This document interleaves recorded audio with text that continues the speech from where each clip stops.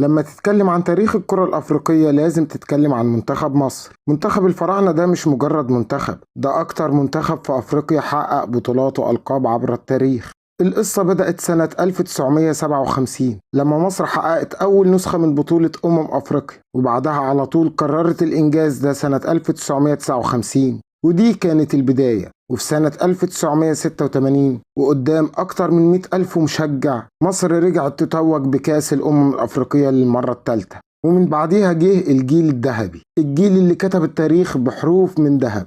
سنة 1998 توجت مصر بطلة أفريقيا للمرة الرابعة، وبعدين حصل اللي مفيش أي منتخب أفريقي عمله قبل كده. سنة 2006 و2008 و2010 مصر توجت بطلة أفريقيا، وكان أول منتخب أفريقي يحقق البطولة 3 مرات ورا بعض، وده إنجاز أسطوري. وبكده أصبح رصيد مصر 7 بطولات كأس أفريقيا. لكن إنجازات الفراعنة ما وقفتش لحد هنا. كأس العرب 1992، دورة الألعاب الأفريقية كذا مرة، كأس الأفريقية تحت 23 سنة، بطولة أفريقيا للشباب أكتر من مرة، بطولة أفريقيا للناشئين، وكمان منتخب مصر العسكري حقق بطولات عالمية كتير. أما على مستوى كأس العالم فمصر كانت أول منتخب عربي وأفريقي يشارك في المونديال سنة 1934، ورجعت للمونديال في 1990، وبعد غياب طويل رجعت في مونديال 2018، ودلوقتي هي في مونديال 2026.